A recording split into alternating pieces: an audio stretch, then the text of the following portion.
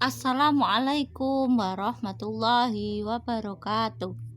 Apa kabar anak-anak kelas 1 putra dan putri pagi hari ini? Alhamdulillah, jumpa lagi dengan Bu Hikmah dalam pelajaran geografi ya hari ini. Untuk kelas 1 kita buka dulu sebelum kita lanjutkan pelajarannya dengan membaca basmalah. Bismillahirrahmanirrahim. Semoga kalian semua selalu dalam keadaan sehat, dalam lindungan Allah, dan tetap semangat ya untuk belajar. Baik, hari ini kita akan belajar tentang sungai. Nah, sungai, siapa yang tahu sungai ya? Kira-kira apa sih sungai? Nah, sungai itu adalah suatu aliran air yang besar yang terdapat di daratan. Kalian pernah lihat sungai ya? Ya, itu adalah aliran air yang terdapat di daratan. Sungai itu panjang seperti ular, melingkar-lingkar. Nah, sungai isinya apa ya? Ya, sungai itu adalah isinya air. Di dalamnya dihuni berbagai macam-macam hewan atau binatang. Ada ikan ya, dengan berbagai macam ikan ada di sungai. Mungkin ada lele, ada kepiting, udang, ada ular juga, dan mungkin ada apa lagi? Ada binatang-binatang air ya, mungkin kodok dan sebagainya yang tinggalnya di air. Nah, sungai juga memiliki banyak manfaat loh bagi manusia. Siapa ya yang menciptakan sungai? Ya, tentu saja Allah yang menciptakan sungai. Dan ketika Allah menciptakan sesuatu, pasti ada manfaatnya bagi manusia. Nah, kira-kira apa saja ya manfaat sungai bagi kehidupan manusia? Yang pertama, sungai itu bisa untuk mengairi sawah atau disebut juga dengan irigasi. Biasanya sungainya dibendung, terus nanti dibuat aliran untuk sampai ke sawah-sawah. Nah, sehingga ketika tidak ada hujan, sawah tetap akan terairi air ya. Ada airnya sehingga padinya bisa tetap hidup. Nah, ternyata sungainya nanti bisa dibendung ya, biar bisa tertampung untuk mengairi sawah yang luas. Nah, kemudian sungai juga bisa buat sumber air ya bagi manusia. Misalnya untuk apa? Untuk mandi, untuk mencuci baju. Maaf, ini tulisannya mencuci ya. Mencuci ya. Mencuci baju, mencuci piring.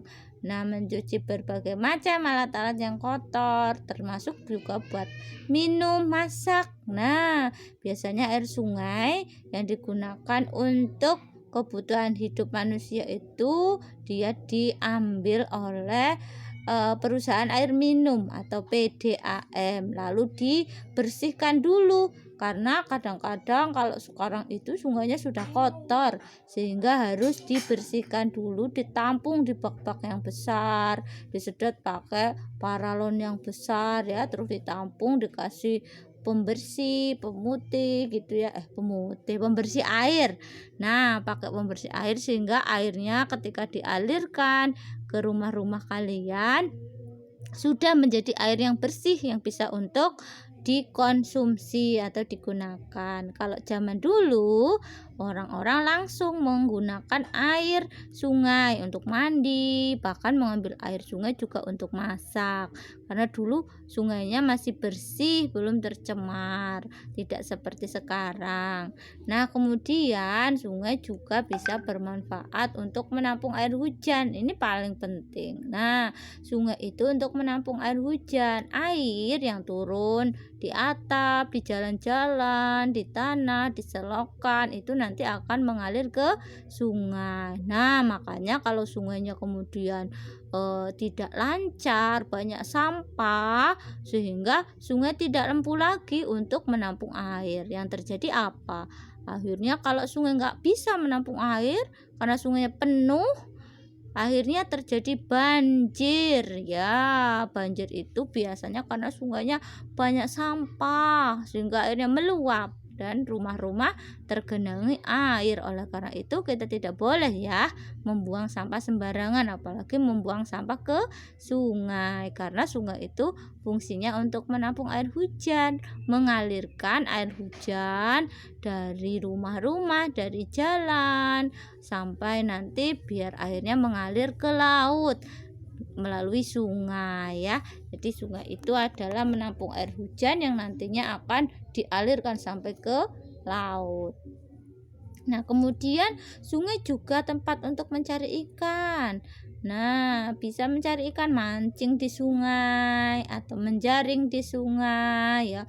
Tapi kalau mencari ikan di sungai tidak boleh disetrum ya, atau dikasih obat supaya ikannya tidak semua mati. Jadi kalau mancing atau jaring boleh, tapi kalau pakai disetrum atau pakai obat, nah nanti semua ikannya bisa mati dan itu akan mencemari lingkungan. Selain itu juga untuk budidaya ikan. Jadi di sungai itu nanti dikasih keramba ya namanya, kemudian nanti diisi bibit ikan. Nah, ikannya nanti bisa hidup deh, kolamnya nggak usah dibuat tapi langsung di dalam sungai gitu ya.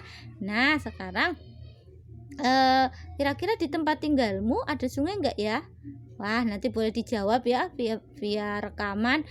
Apakah di tempat tinggalmu itu ada sungai? Nah, jika ada, apakah kalian pernah bermain ke sungai?